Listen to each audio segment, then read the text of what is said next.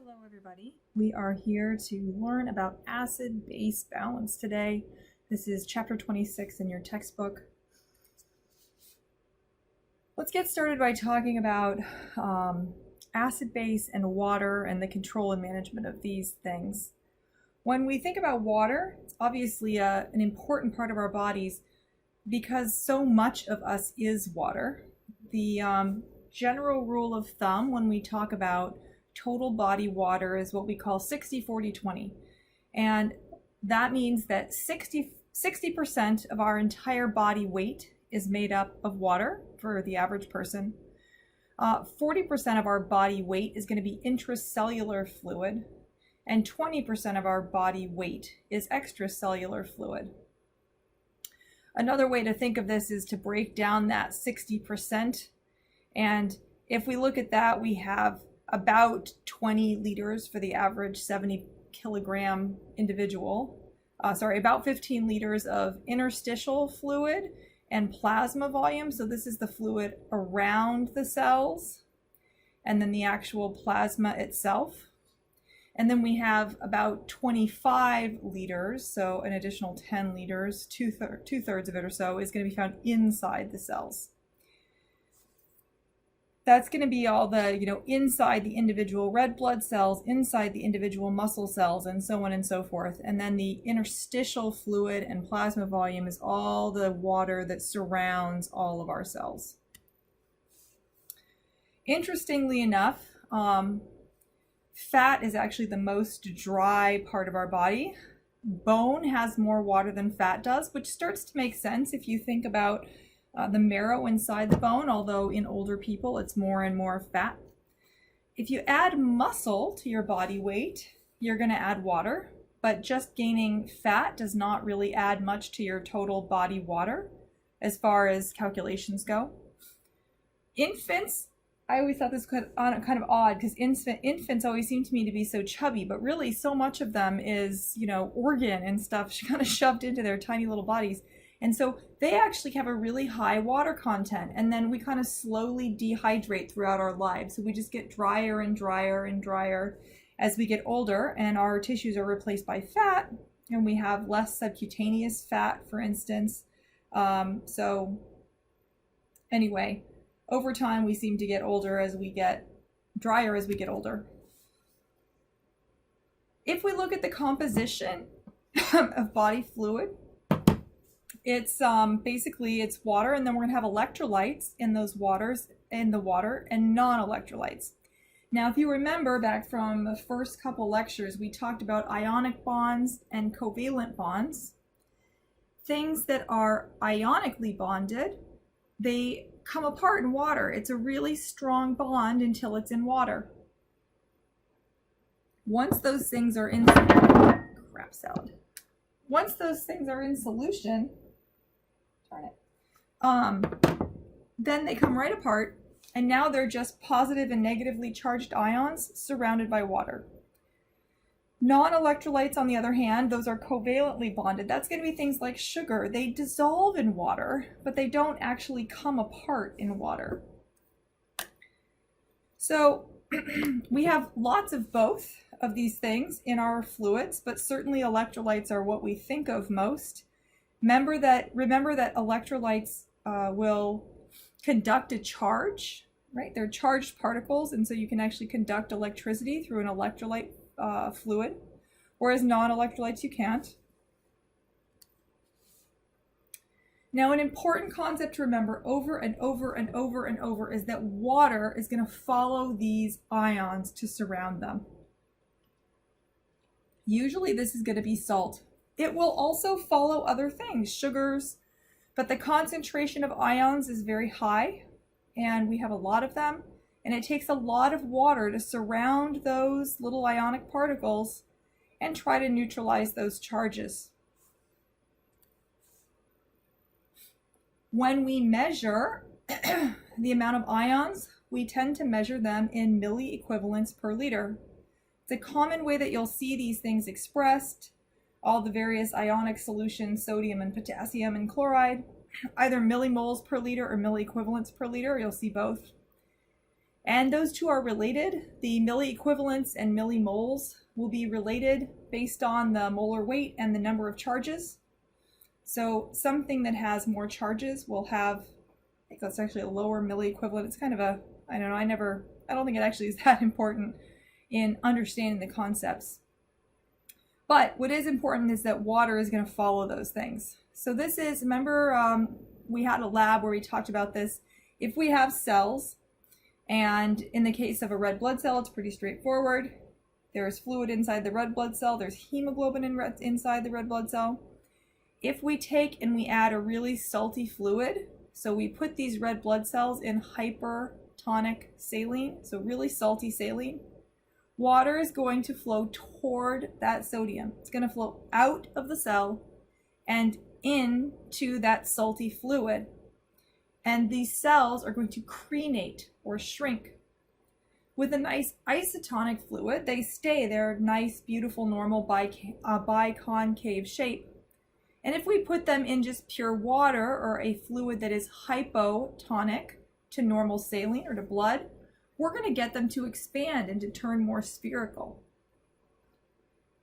In that case, if we add water, we're going to move all of the water into the salty cells. And because water is moving into the cells will get bigger. So again, water follows salt. It follows ions, it follows all sorts of things. But if you really try to remember that water follows salt, things will get easier for you. This is going to happen in the kidney, the GI tract, across pretty much all of our cells. There's some regions in our body where we don't have free passage of water, but most of them we do. Notably in the kidney, in the nephron, large sections of the nephron are not permeable to water, but the entire GI tract, save the stomach, is permeable to water. Remember, this is why we can't concentrate our feces. All that we can do is make larger pieces, larger chunks, so that there's less osmotic draw of fluid. And certainly water can cross the huge bulk of plasma membranes. This is just a diagram showing that if we have a bunch of water on one side and we have a salty fluid on the other side, and that membrane is permeable to water, but not to salt, water is going to flow over to the salty side, and it'll actually raise the level of that salty side, and that pressure that is needed to raise that fluid is the osmotic pressure.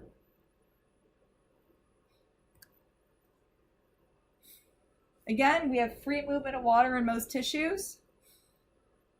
Certainly in the lung, the GI tract, and in parts of the kidneys. In parts of them we don't have free movement, but we have controlled movement of water. When we talk about water loss, and again, we've kind of gone over a lot of this in bits and pieces, but we're going to try to pull it together. We always have our ins and our outs. We have what we take in, and that's going to be what we drink, the water that we get in food, and there's a lot. It really depends on the food. If you're eating dry popcorn, that has less fluid in it than does soup, obviously. So there's more, there's water in your food. And then also whenever we undergo metabolism, our cells undergo cellular respiration, we do produce water as part of the oxidation step of many of those reactions. With outs, we have both sensible and insensible losses. Basically, sensible are those that you can sense. You notice that they're happening. You notice that you're sweating, or you are passing feces or urinating. Whereas insensible are the water losses that we need to hydrate all that air that's going through our nasal passages and sinuses and down into our lungs. Because remember, we have to fully humidify that air.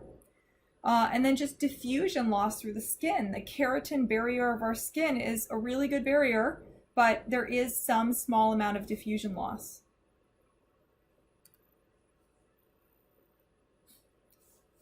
Now we have to regulate our water in two big ways. We have to regulate how much of it there is and how salty it is.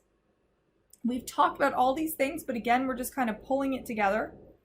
So we regulate with osmoreceptors, okay, so not baro, not pressure, but osmolarity receptors in the hypothalamus, we're going to sense how salty the fluid is in our blood. And then our hypothalamus can send out signals to the pituitary to release vasopressin. And remember that ADH acts on our distal tubule to hold in more water. It's anti-diuretic hormone. So everything about it is going to try to hold in water and raise blood pressure. So the two are definitely linked, but these are osmoreceptors. They're also going to cause us to want to drink more water, drink more fluid. So they're going to try to dilute the fluid. We absorb more water. We try to add more water back to the blood. Now we also have volume receptors, notably in the juxtaglomerular apparatus in the kidney. If we have, and then also the baroreceptors in the aortic arch. But if we have these cells in the kidney sensing that there is a low volume, which remember they actually sense by a low total number of sodium molecules delivered past the loop of Henle. So if they sense that there's not as much volume or there's a low glomerular filtration rate, then they're going to try to also save water, increase blood pressure. And this mostly happens through the RAS, or the renin-angiotensin-aldosterone system. So that's also going to act on the kidney tubule. Instead of resorbing more water, aldosterone is going to pull across more salt, and water will follow. So let's break this down again. Remember that we have the osmoreceptors in the brain that are detecting just how concentrated our blood is. And then we adjust using ADH and thirst to try to increase or decrease the osmolarity. And then we have total number of sodium ions, and there's actually stretch receptors as well in the juxtaglomerular apparatus. And those are going to try to adjust the glomerular filtration rate and the renin-angiotensin-aldosterone system, or the RAS system. Now, one other thing to remember is that those juxtaglomerular cells do have a direct local impact on the glomerular filtration rate in the kidney. And recall that all other things being equal, if we increase GFR, by definition, we have to increase urine output. And so we will dehydrate more.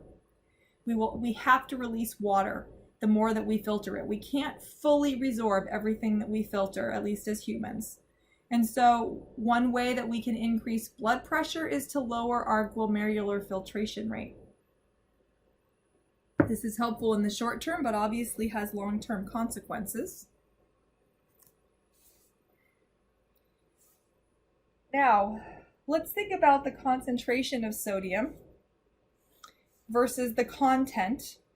So concentration, that's going to be ADH and thirst, right? That's how salty are you. Versus total amount of body sodium, that more has to do with volume, or total sodium content. And that's going to be our renin-angiotensin system. The RAS system is opposed by atrial natriuretic peptide produced in the right atrium in response to high blood pressure. So ANP will oppose the RAS system. And this is a really nice little diagram that kind of looks at the differences between the two of those things. Now let's think about the kidney again. That proximal tubule is super important. We resorb 2/3 of all of our sodium, and thus water, in that proximal tubule. And then we get another 1/4 of the total in our loop of Henle. And that leaves us just 10% to kind of make the fine adjustment. And that's where aldosterone can come in. ADH also acts in the distal tubule, so both of them ask here. But if we're going to try to adjust the total amount of sodium, that's going to be pretty much all in the distal tubule and the collecting duct via aldosterone. And that's going to put in those pumps that pump across sodium, okay? So those are new protein channels. With the aldosterone is a steroid hormone, so it has to go all the way in to the nucleus of those cells and cause transcription of additional copies of the gene that makes that protein channel and pump molecule. ADH acts in several places. Again, remember, this is coming from our pituitary and under the control of the hypothalamus. And this is basically all water channels. So in this case, we can add more water channels to let more water follow the sodium gradient. In our nephron, the whole purpose of the loop of Henle is to make that gradient. And the collecting duct is going to use it. And that use of the gradient is under control of ADH. If we add more aquaporins in our collecting duct, we can concentrate that urine all the way up to 1200 milliosms, or the amount of concentration that's been created by our loop of Henle in the medulla of our kidney. So ANP I mentioned, that's going to oppose aldosterone and promote lowering blood pressure, getting rid of water, and vasodilation. That's a mistake that I will fix. Estrogen. Estrogen is kind of interesting. It enhances sodium resorption in the kidney and is responsible for that feeling of bloating before menstruation in women. And then progesterone has actually a mild diuretic effect, which is why it seems like you can lose, 3 pounds or something after menstruation is finished. It's just under hormonal control of sodium balance. And then, of course, we have our baroreceptors that adjust blood pressure with respect to GFR, or glomerular filtration rate. And the baroreceptors in our aortic arch and our carotid sinus, those have a lot to do with blood pressure as it relates to the kidney, but it's all sort of secondary. If you raise the blood pressure in your body, then you will increase your glomerular filtration rate, and by definition, you will produce more urine. So you will then, now remember, it's a homeostatic mechanism, so you're going to go back towards normal. And you're going to get rid of that extra fluid and lower your blood pressure. And as you lower your blood pressure, now we have a lower glomerular filtration rate. We hold on to more fluid, so on and so forth. The baroreceptors, like I said, while they act on the kidney, it's indirect via the GFR. The baroreceptors, in a way that I don't believe is fully understood, do seem to be responsible for the change in set point. So some people have hypertension, right?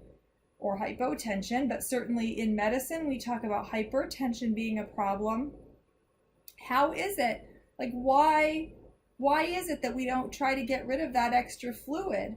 And the idea is that for whatever reason, we have a change in the blood pressure set point, and that seems to be related to these baroreceptors in and around the heart and the carotid sinus and the aortic arch.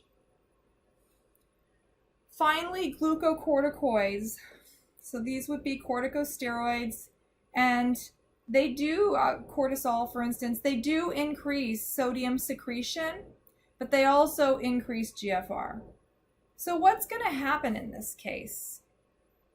Why don't you guys write it down for me? What do you think is going to happen if we have a steroid and we increase both sodium secretion and GFR? You can go ahead and pause here. I'm not going to. So go ahead and pause while you think about it for a second. So interestingly, if we have only a little bit of steroid, then the two kind of oppose each other and you're okay. You increase your GFR, but you also increase your resorption of sodium. And so overall, it ends up to be kind of a, nothing happens. But if you give higher doses, that sodium resorption is going to overcome the increase in glomerular filtration rate, and we're going to see edema produced. So let's talk about potassium balance. This one's really important because remember, our cells have potassium inside them, and not a lot of potassium outside. There's a lot of sodium ion outside the cell, in the blood, in the interstitial fluid, and not a lot inside the cell. And that gradient, those gradients are created by the sodium potassium ATPase pump. And that pump creates those gradients so that when we open specific channels, we can have ions flow out, affecting a change in the local membrane potential, and cellular mechanisms are based on those changes. So with this in mind, the ion balance in our cells is very closely regulated, and mostly by the kidney.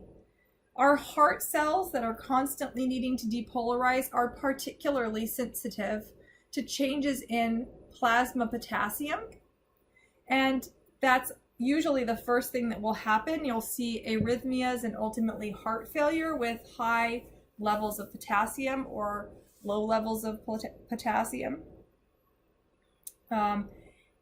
We also are going to see a shift in hydrogen ion. Remember, hydrogen ion is acid. It's how we measure acid. And if we have potassium going into a cell in high doses, then we're going to get hydrogen coming out of the inside of the cell to try to maintain that neutrality. Typically, if we have acidotic patients who are too acid, they are probably going to have a hyperkalemia associated with that for that reason. The nephron is fully responsible for excreting all the excess potassium we have, and aldosterone causes more potassium secretion.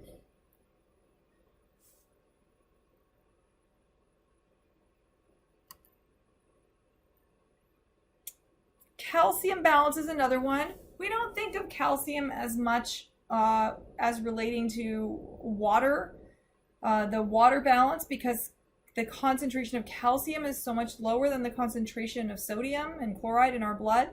But it does play a role, and recall that this is under the control of parathyroid hormone, again involving the kidney. The parathyroid glands, sitting just behind the thyroid glands, around and above, they will release parathyroid hormone, and the goal of that PTH is to raise blood calcium. So we're going to start activating osteoclasts in our bone and break down bone to release calcium into the blood. We are going to stimulate our kidney to produce more active vitamin D, so to activate the inactive vitamin D, and that vitamin D will act on our intestine to promote the resorption of additional calcium. And finally, the nephron itself is going to resorb more calcium. So everything about parathyroid hormone is to raise blood calcium. All right, so quick quiz. What if the blood is too dilute? What if there's too much sodium or solute in the blood? So let's think about these two conditions. What's going to happen to our cells if the blood's too dilute? And what's going to happen to our cells if the blood is too concentrated? Again, go ahead and pause so you can think about this. I'm not going to. If we have a dilute fluid in our blood, our cells are going to swell. All that water that's extra is going to flood into the cells, and we're going to get these round, puffy, hyperhydrated cells that tend to have very sluggish cellular responses. If we don't have a lot of sodium outside the cell, not as much can rush in when we open those ion channels, and nerve conduction will slow down. On the other side of things, if we have a very concentrated blood, our cells are going to crenate. And with more sodium outside the cell, when we try to depolarize, more sodium is going to rush in, and we'll have these hyperexcitable cells. They're very easy to excite. So let's talk about acid-base regulation. We've talked a little bit about ion balance, but the other thing that we have to maintain is the pH of our blood. And it's actually quite important to maintain the pH. And here's our next quiz. Go ahead and pause when you hear the question. why do we have to maintain our pH? Why is it so important to maintain that pH in such a tiny range? So go ahead and pause.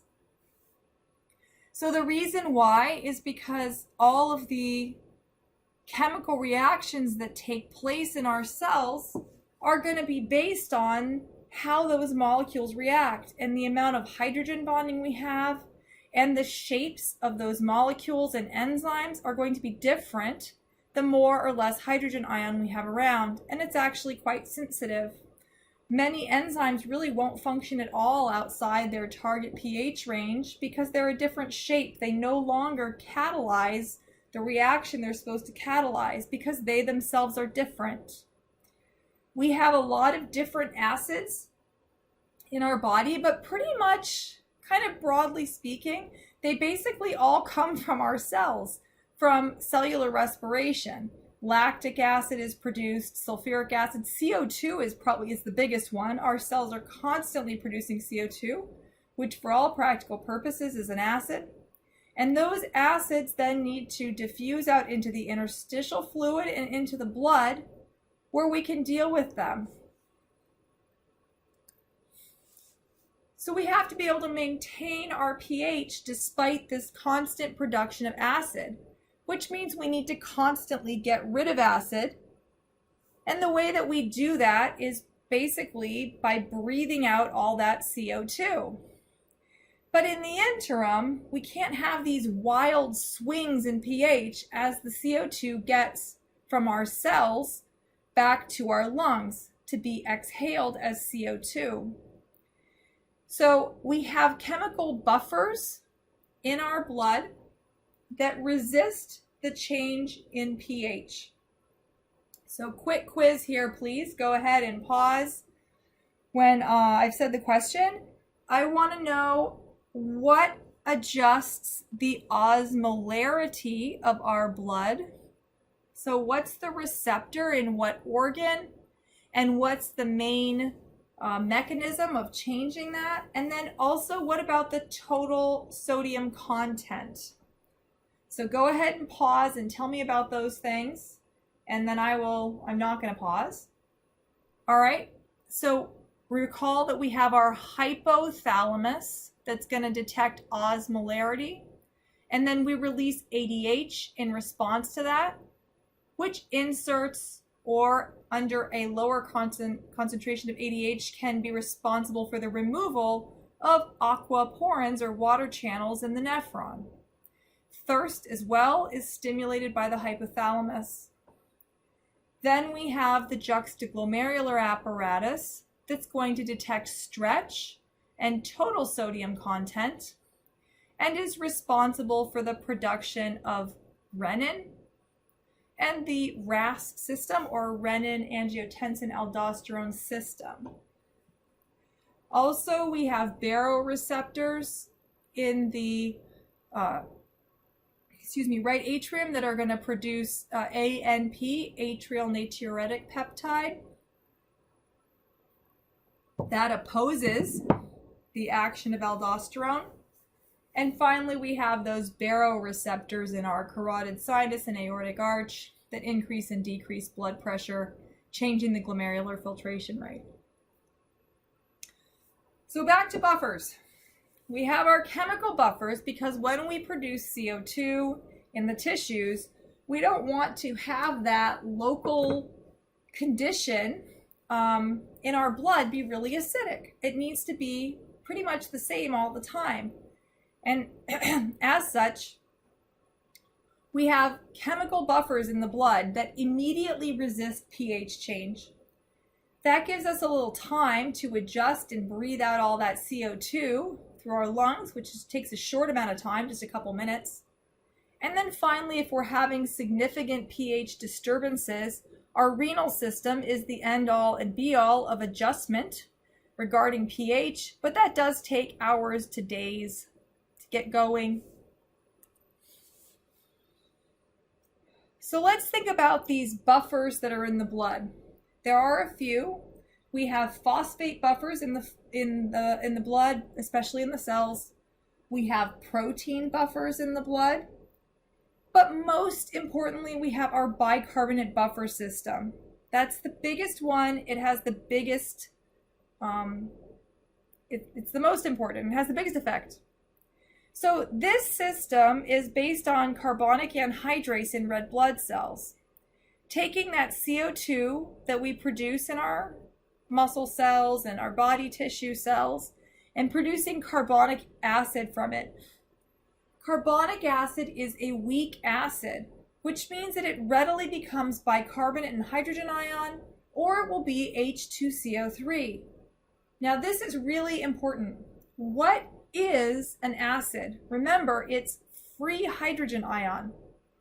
And so in the case of bicarbonate and hydrogen ion, we have a more acid solution than we do if we have carbonic acid dissolved in water.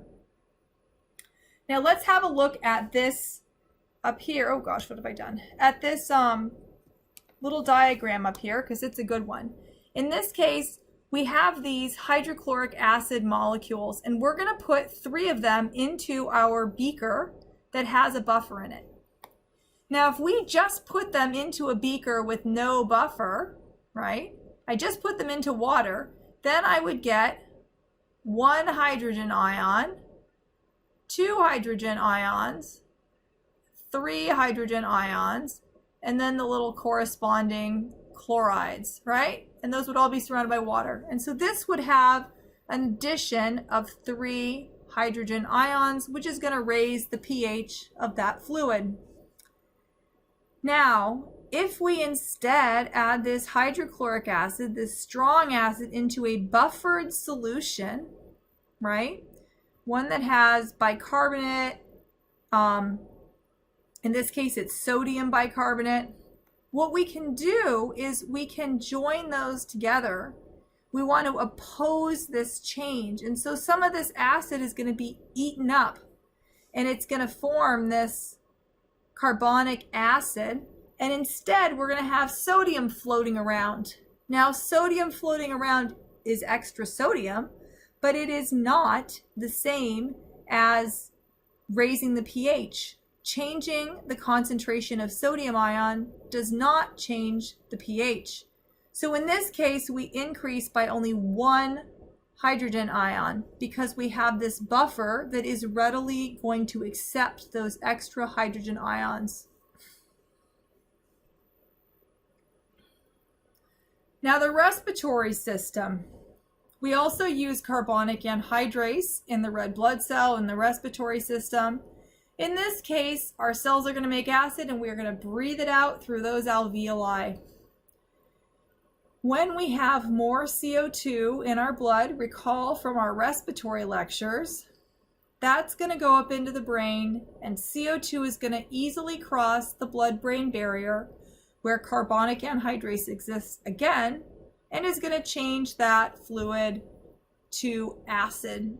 And we measure acid in the medullary cells. This is actually in respiring cells, but the thing that happens in our brain. So we measure acid in our brain, and if we get more acid, which is directly related to more CO2, then our medulla is going to produce the signal from the respiratory accelerator center to breathe more. If we breathe more, remember there's not a lot of CO2 in the air and in the atmosphere.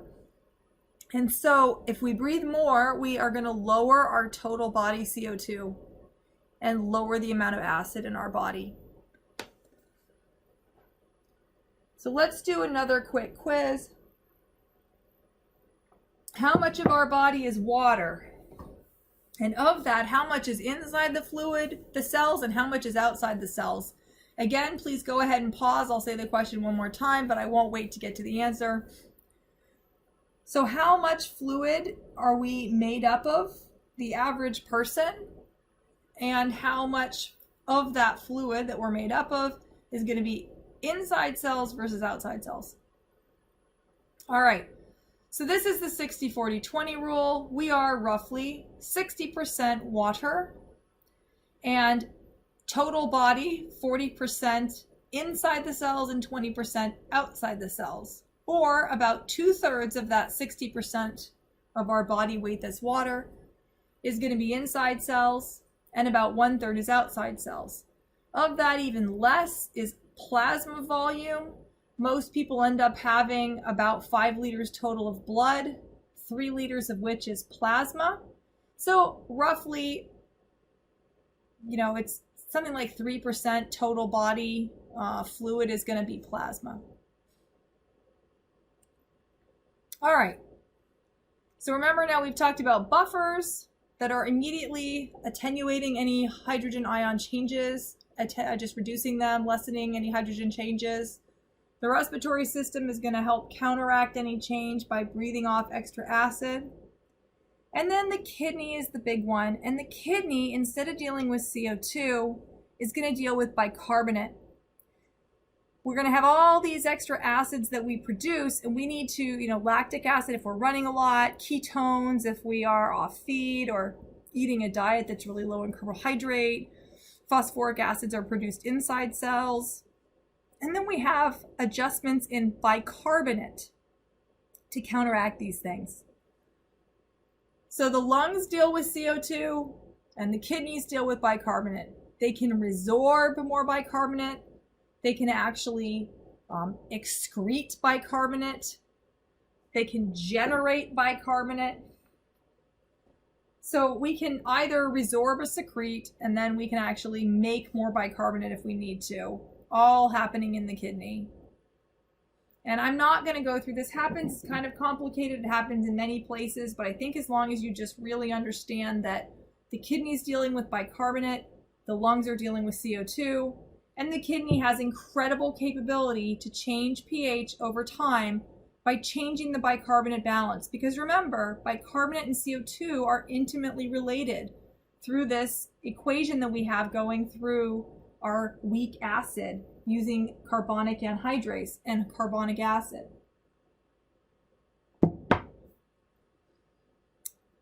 So importantly, each system, the lungs and the kidney, are going to try to compensate for whatever bad thing is happening somewhere else. If we're getting too acidic, we're going to breathe more. And the kidney is going to try to save all the bicarb that it can. If we are getting too basic, we don't have enough acid, we might hold CO2 in, not breathe as much. And the kidney is going to purposefully try to get rid of bicarbonate.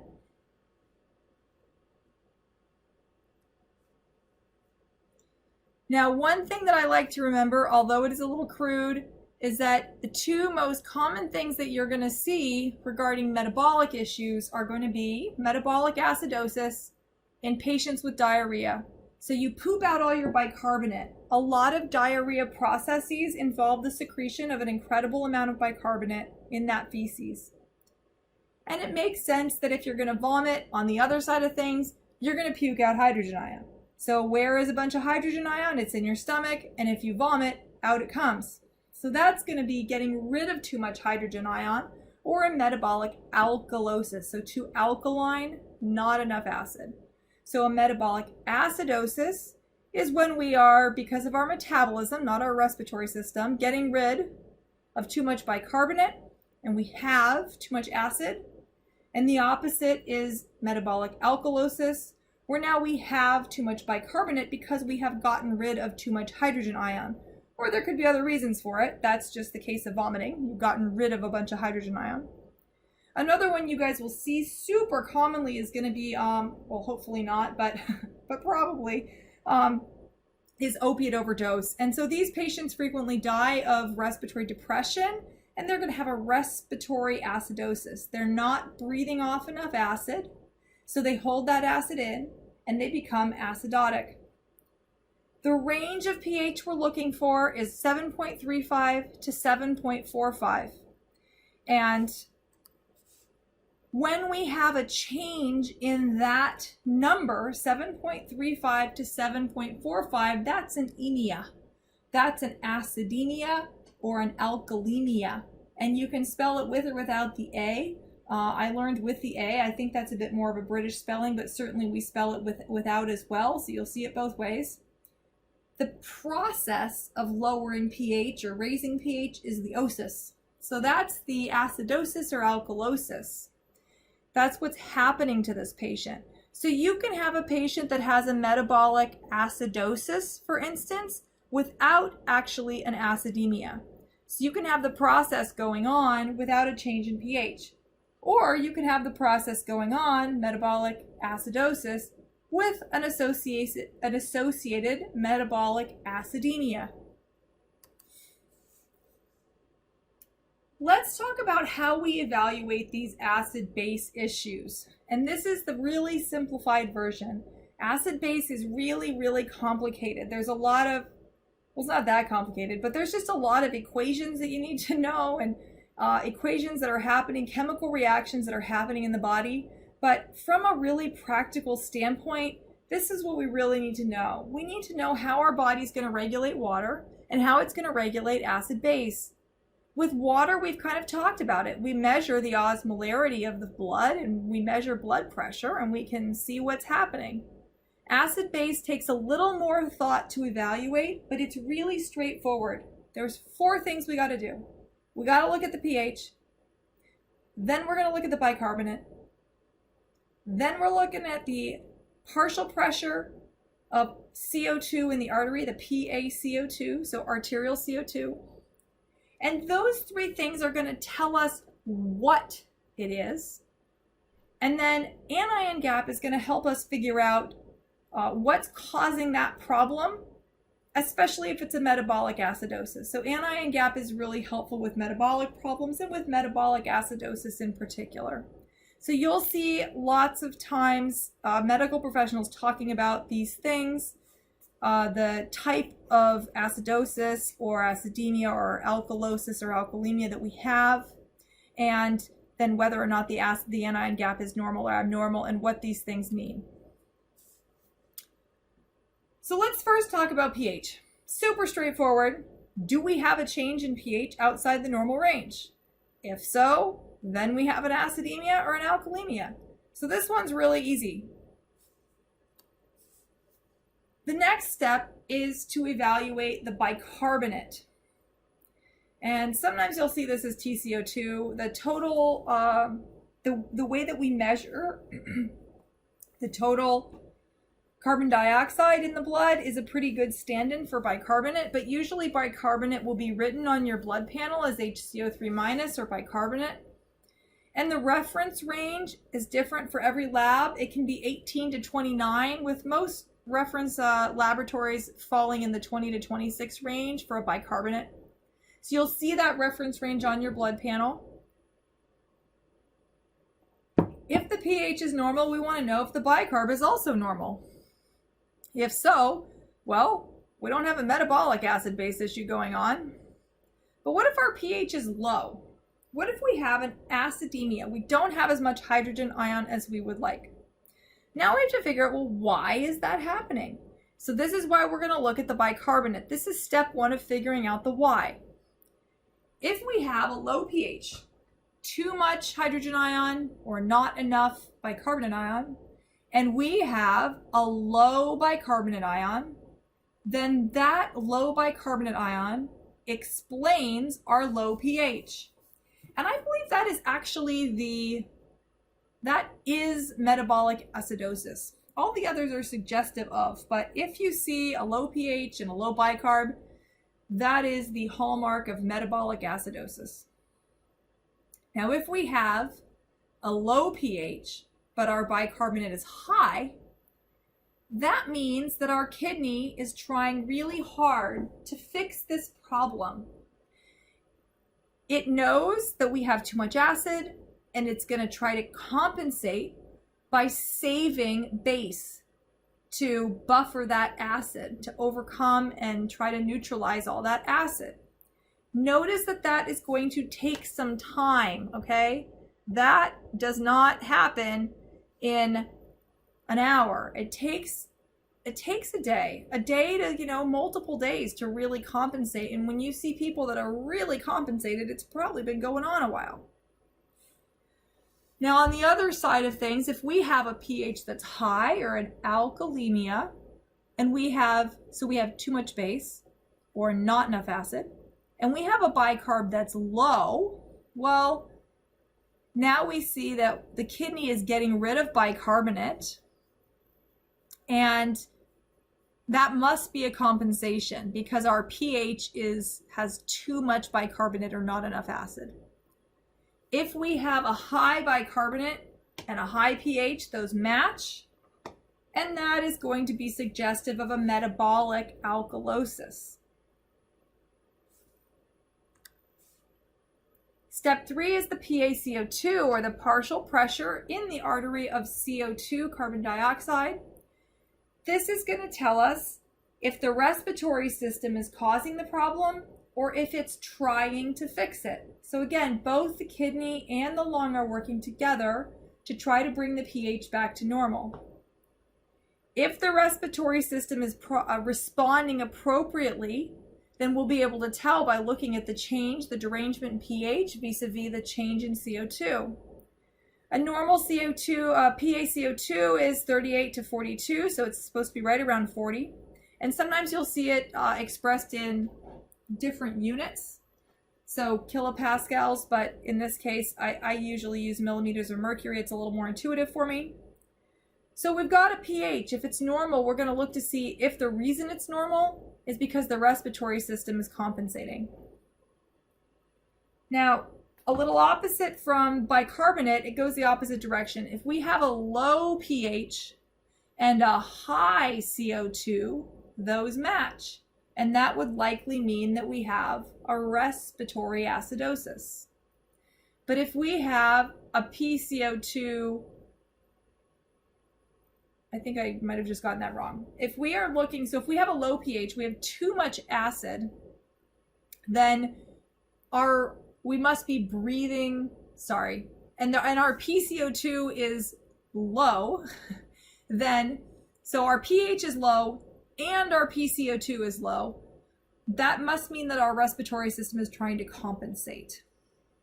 So if our pH is low, we've got too much acid, and our PCO2, which is another form of acid, is low, that means we know, our lung knows, okay, I got too much acid, I'm going to try to breathe it off as best I can to get rid of any CO2 I have and try to bring that pH back up. And then it's the opposite when it's high. If you have a low pH, so too much acid, and a high CO2, then very well that high CO2 can be the cause of your acidemia. If we have instead an alkalemia, if our pH is high and we don't have enough CO2, our PaCO2 is low, then that can mean that that is the cause. And again, I'm oversimplifying here, but I think for our purposes, this will be sufficient. If we have a high pH, not enough acid, too much base, and our PaCO2 is high, then that suggests that we're trying to compensate by not breathing off acid to try to increase our hydrogen ion in our blood. So these would be patients that purposefully are not breathing as much. I mean, they're not thinking about it, their brains are doing it, to try to save acid in the body.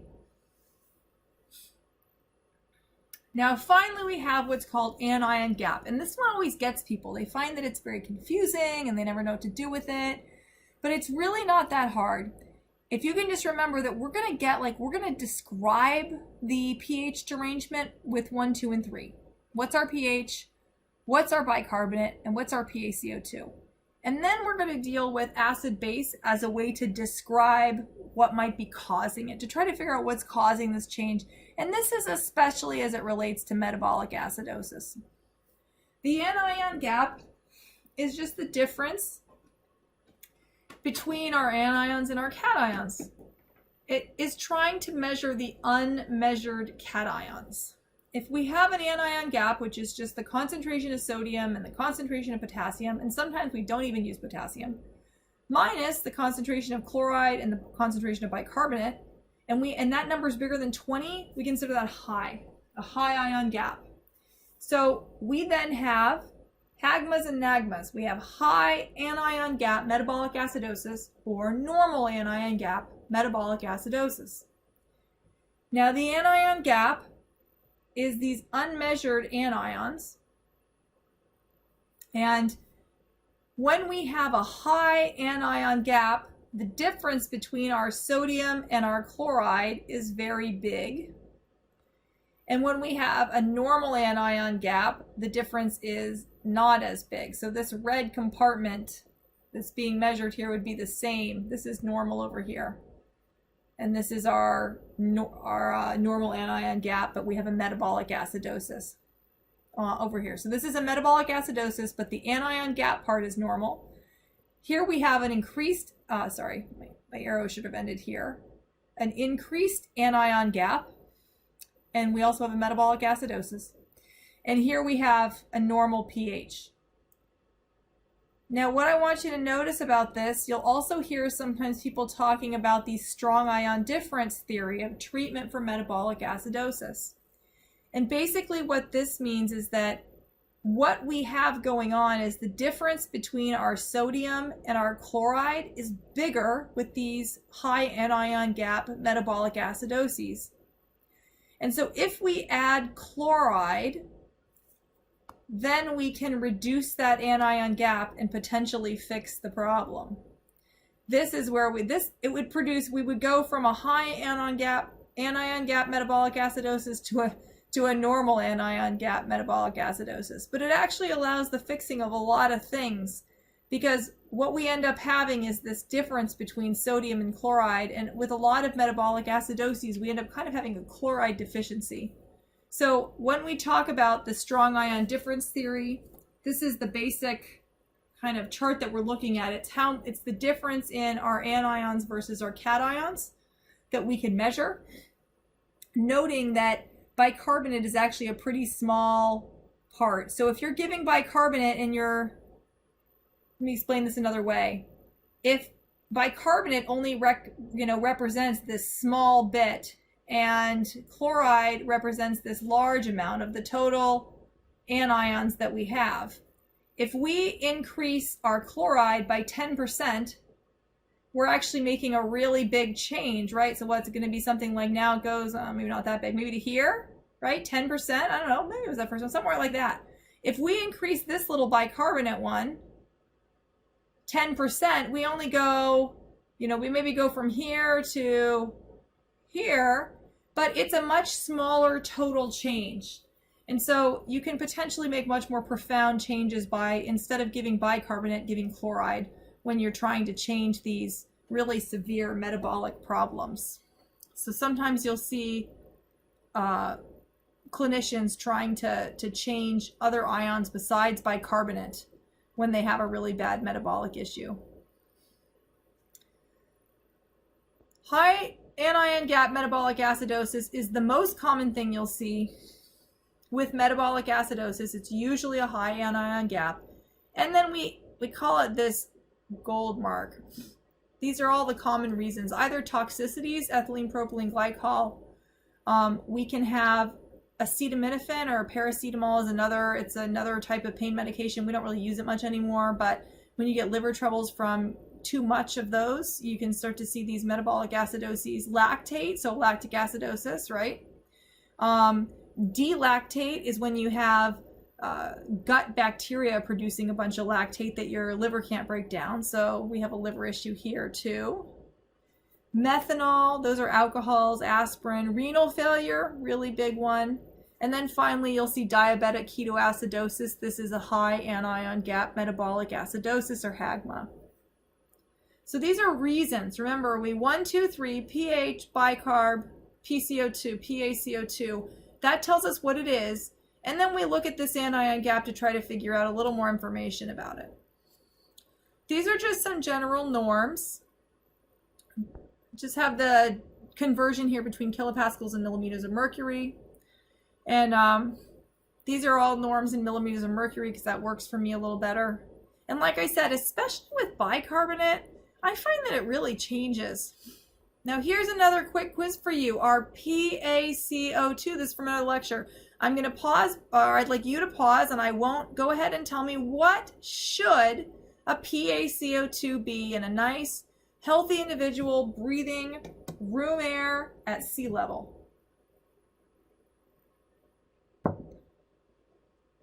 Hopefully you guys are comfortable with this. Remember that our hemoglobin will be fully loaded with a partial pressure of O2 in the alveolus. of about 104, giving us a PaO2 of about 100. So that's our ideal. 100 is what we're looking at for a PaO2.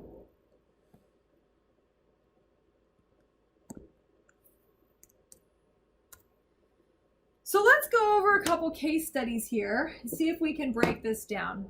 Case one is an older man, and he is actually in septic shock. Things are not looking good for this poor guy.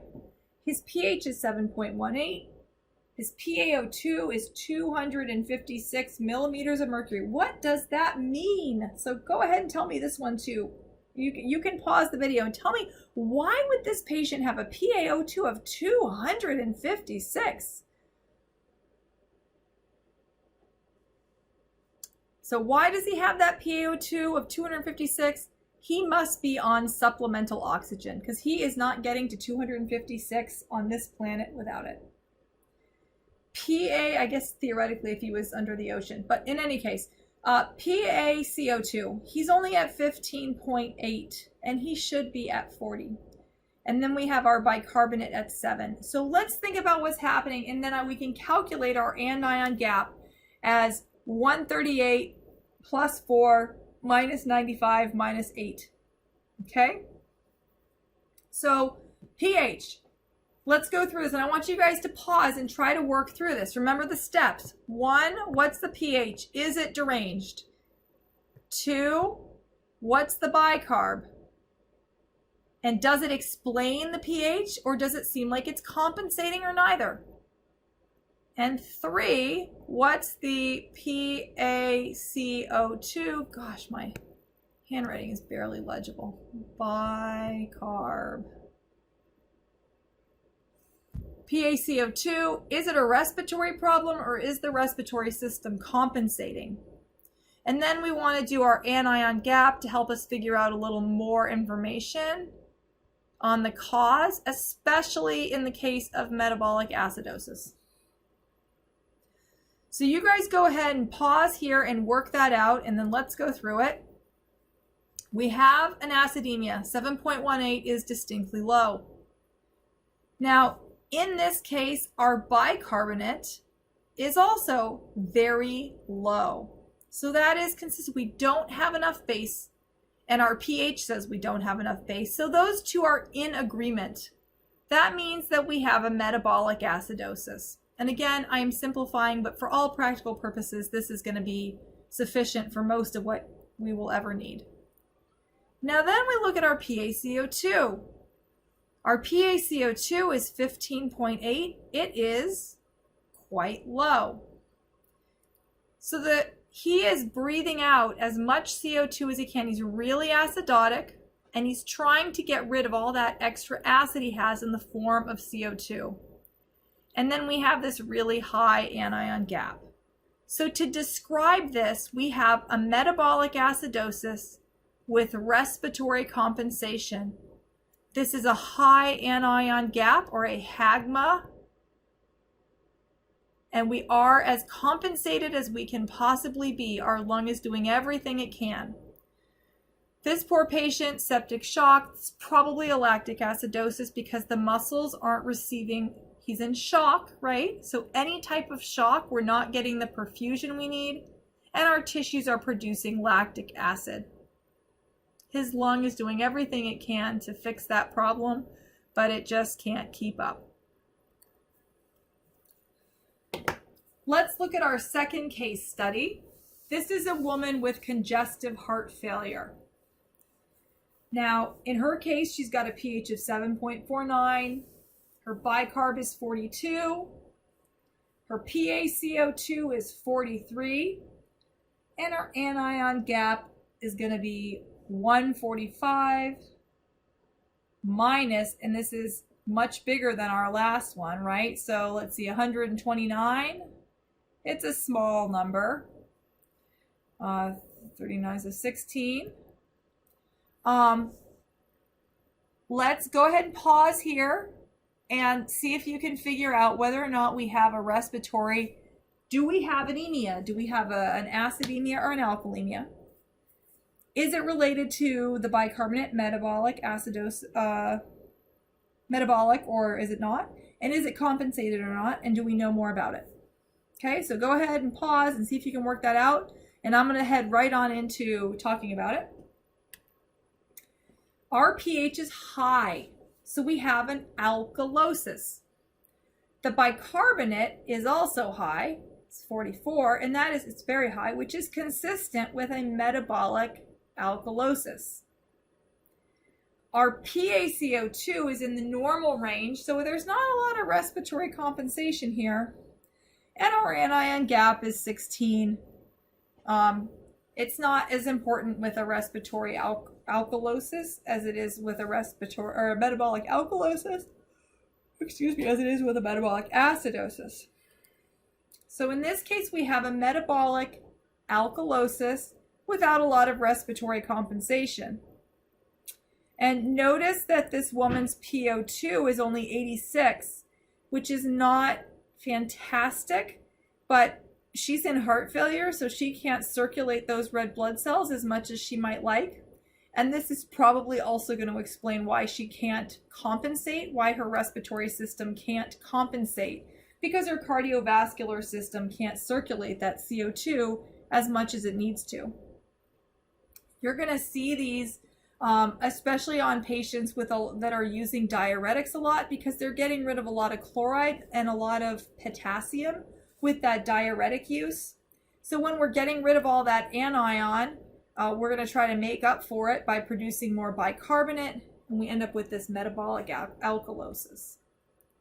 Remember, the positives and negatives all have to be the same.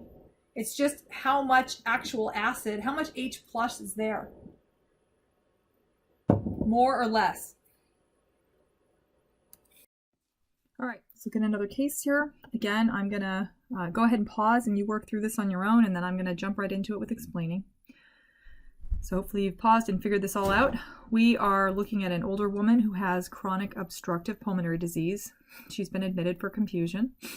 Just sort of a FYI, whenever you have these patients that don't have a history of anything mental going on and they suddenly develop confusion, you have to wonder if there's another disease process that's causing an acid-base derangement. Especially with acidosis, acidemia, for some reason these patients seem to get a fair number of mentation changes. So let's look at our pH. Our pH is 7.21, so we have an acidemia. And then let's go ahead and look at our bicarbonate. Our bicarbonate is quite high. So too much base here. This is clearly a compensation, and it's been going on a while because it's had a chance to really get above that normal range. If we look at our PaCO2, 83.3, holy heck, she is really, with this COPD, unable to exchange gas between her body and the outside air. And that CO2 has risen all the way up to 83.3, and that is the source of her acid. This is consistent with our O2, which is quite low, dangerously low. Get below about a PaO2 of 61 or 60, and things are really going to go south quickly. So this is a critical patient right here. She has a really severe acid-base abnormality and signs that she just can't breathe. If we look at our anion gap, we're going to go 144.7, and then let's get rid of 128 of that. And we're going to end up with, what is it, 16.7? So we have an acidemia. We have a lot of compensation. The CaO2, that CO2 is the cause of our problem. So we have a respiratory acidosis with metabolic compensation. And we have a normal anion gap in this case.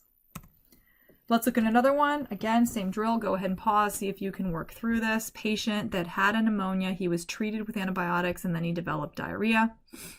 I'm going to go ahead and jump right in. Hopefully you have paused and figured this out. All right, pH of 7.25, so we have an acidemia. I'm going to go right down to the bicarbonate. I see that it is low, so I'm going to call that a metabolic acidosis. That makes sense. Those are consistent, not enough base. And indeed, if we look at his pH, he has not enough base. And then if we look at the PaCO2, it's low also. So this is probably a compensation to our problem.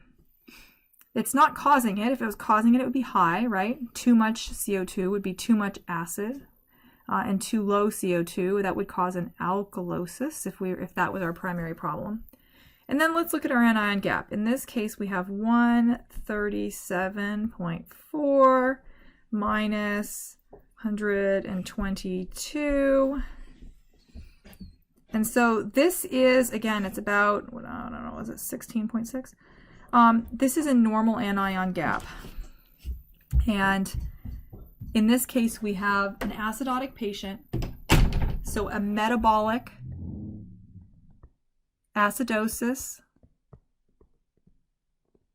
with respiratory compensation. And we are going to call this a normal anion gap metabolic acidosis, or anagma.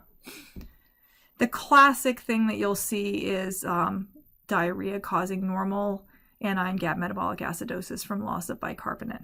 So this is very consistent with a working lung, bicarbonate loss from the GI tract. Hopefully these all make sense to you. Don't hesitate to reach out if they do not, and I will talk to you all soon. Take care.